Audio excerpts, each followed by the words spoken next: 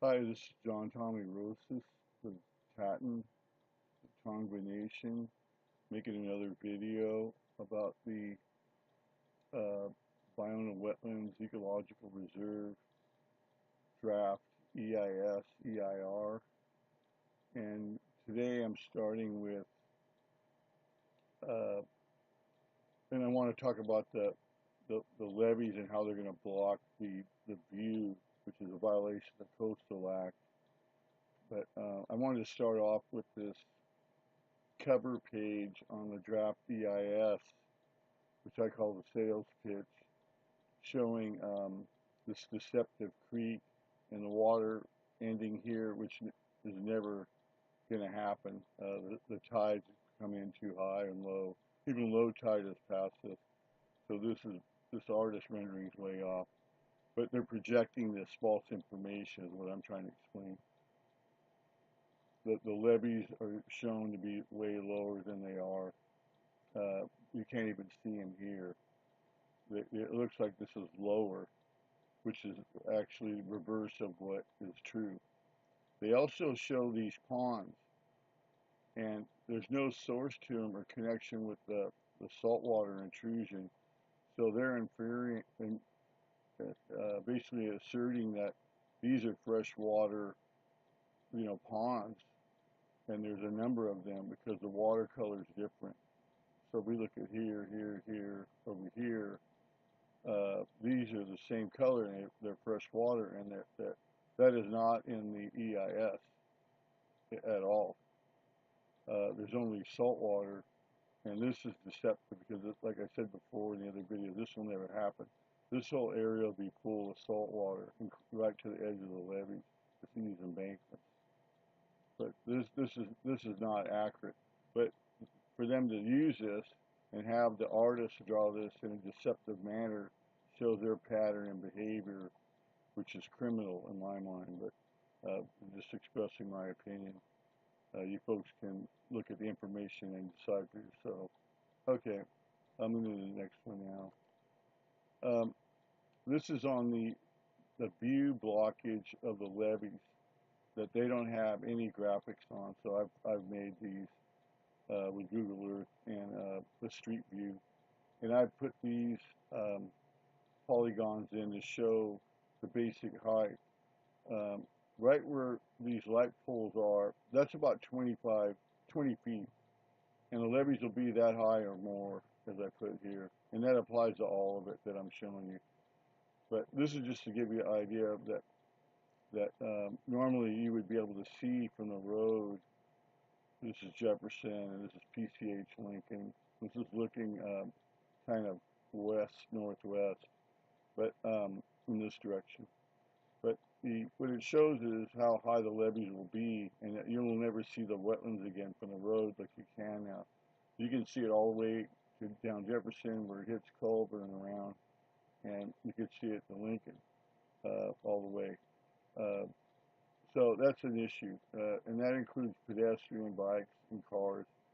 And that's what I'm showing here, how large they are, because the state and the feds didn't put any descriptive graphics to show the visual um, blocking of the levees and the heights.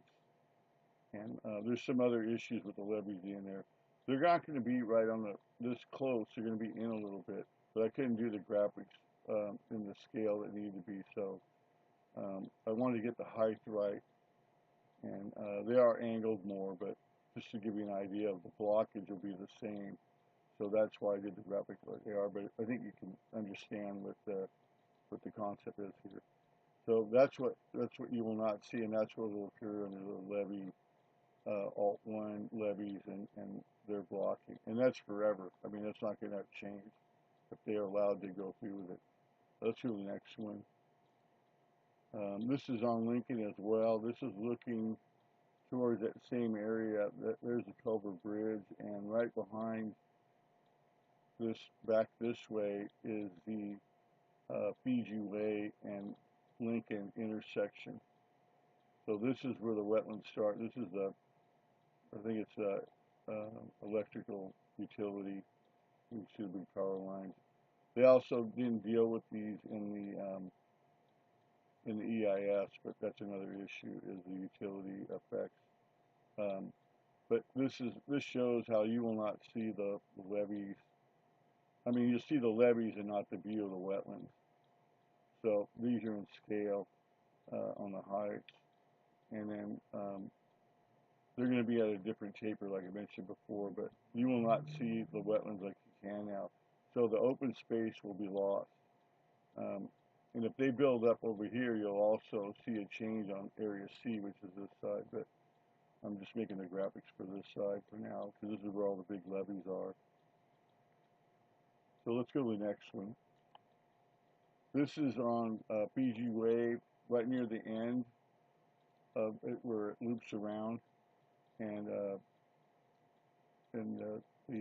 harbor's on this side, the marina, and this is area A, and it shows that this is about 20 feet right here. So you will not see from BWER the wetlands anymore either. And that's one of the nicer views when we go down BWER. You can see it in spots. There's fencing and bushes and trees, but you can still see it. And it's not obstructed like this is showing on all these. So I just wanted to show that angle. This is Jefferson, and where it hits Culver. This is really open in here. And I made the polygon so you can see through it. It's kind of semi-transparent. But that view will be gone forever, and you will not see it all the way down Culver. That levee runs all the way down and around, so you will not see it from Culver either way. So that's a big obstruction, and these heights are pretty accurate. It's this bigger two-story building, you will not see through it. Even a one-story building, you're not going to see over it. But with two stories, it's just, you know, huge, and it's for tsunami. There's no need to have it that high above this grade. That's only for tsunami. You know, nothing else around is like that. So it's for tsunami protection for Playa Vista, like I've been saying for over 5 years. Anyway, here's the next one. This is right past that intersection going down Culver. This is looking, you know, basically east, going towards Culver and going inland. And this is what the obstruction will be by the levees, you know, my polygon I made. So you will not see it on this road to the end where the bridge is, and that's a dangerous look if you're driving. You'll just get, you know, maybe a couple seconds, but that's not what we have now. And again, this is a violation of the Coastal Act. They can't obstruct views in the coastal zone, and especially this type of one. That's my opinion. Okay, this is Admiralty Way and Fiji, and this is the obstruction there. And like I said, these light poles are right at 20 feet. And the levee's going to be in the inside of that, but you can see the amount of obstruction. You will not see the wetlands like you can now. And that includes seeing the habitat, like the birds flying around and different things if you're walking or using the bike path. So that's another illegal obstruction. And then this is just past that intersection on Fiji, and it'll show I'm showing the levee here, the obstruction and review, and of course it continues all the way around. It's not just here; it's all the way around the perimeter. So you will not see the wetlands anymore from the road or from bikes or walking, except for a couple of spots. And I'm going to do the math, but it's in miles of obstruction. If you figure, and I'm going to do the math, but it's about 3 miles. To 5 miles, I'm just guessing. It's a long ways, and that's a lot of obstruction to put on everyone locally, but also people, you know, coming in to look at the wetlands and the last bit of nature on this side of town, on the coast. It's significant.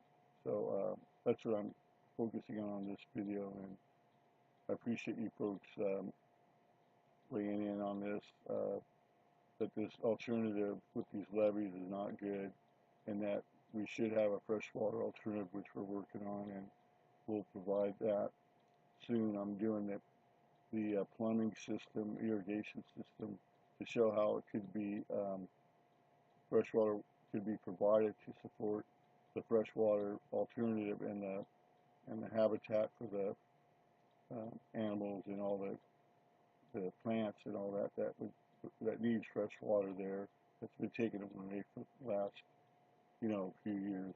But anyway, thanks for watching it, and pass it around if you like, and thank you for watching.